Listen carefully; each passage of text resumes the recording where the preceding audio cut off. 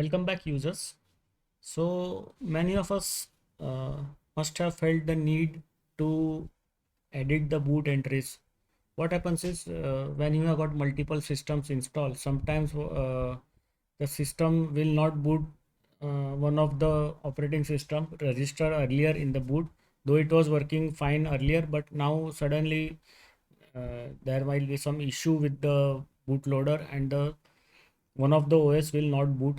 In that case, you need to repair the boot. You need to add or remove the entries from the boot to make it healthy again. So, or else, if you have got many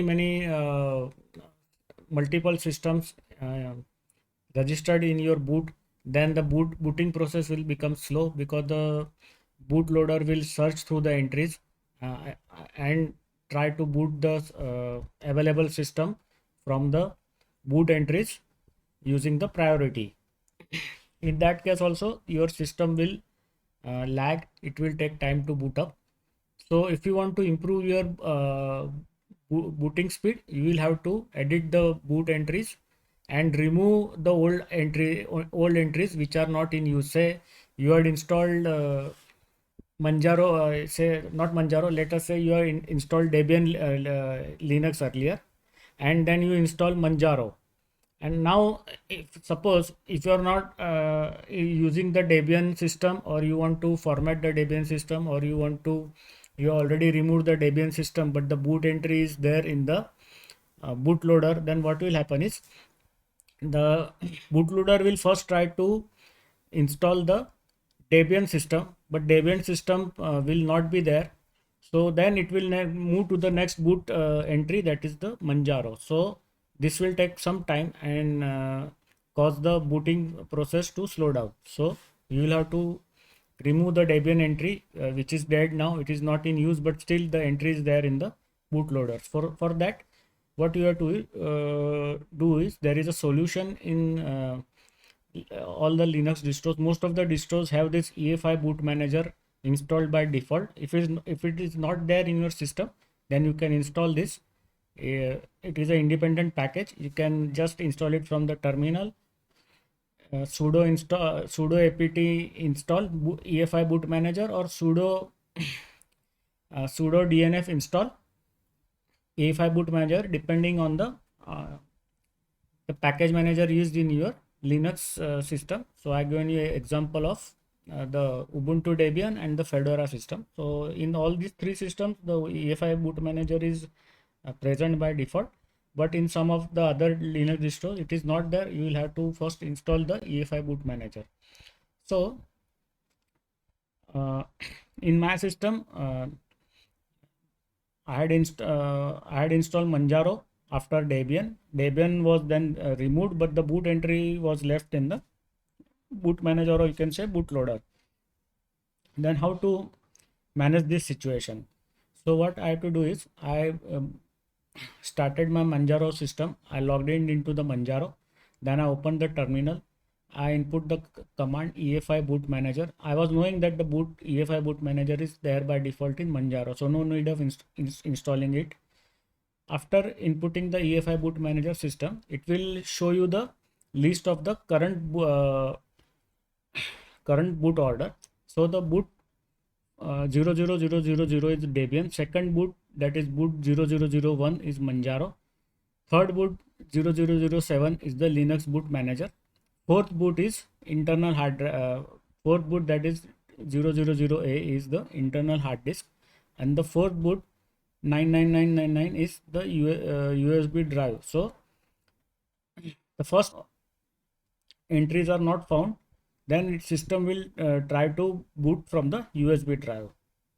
So to remove the Debian entry, what you have to do is you have to type EFI boot manager space -b, that is small b, one typed 4 times 0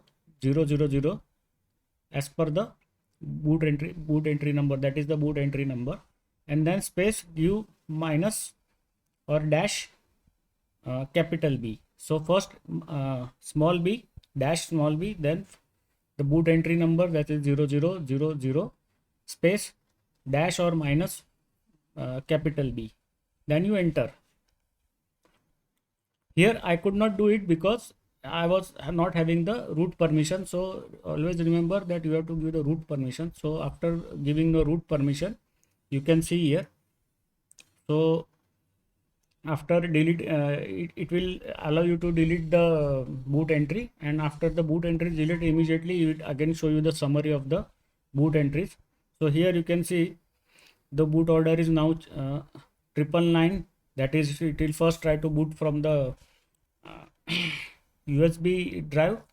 Second, it will try to boot the Manjaro. Third, it will try to boot the Linux boot manager, and fourth, it will try to boot the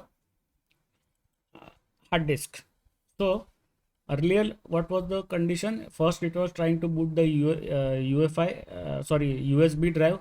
Then the second was the Debian system. Then third was Manjaro. Fourth was the Linux boot manager, and the last one is the internal hard disk. So after the Debian is removed, first it will try to boot the Manjaro. If the Manjaro system is installed on your laptop, then it will start the Manjaro system, Linux system. Else it will then try to boot the Linux boot manager. Third will be your hard disk. Third, or I think the fourth will be your hard disk. So first USB drive will be empty. Then it will directly go to the Manjaro. It will boot the Manjaro. Even if the Manjaro is not there, it will go and boot Linux boot manager. And fourth is the hard disk. And if the hard disk doesn't contain any boot partition, then it will show you error that the hard disk has no boot partition, or hard disk is not bootable. So like that.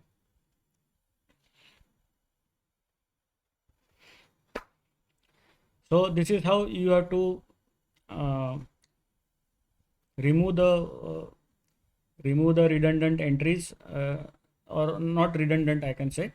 This is how you remove the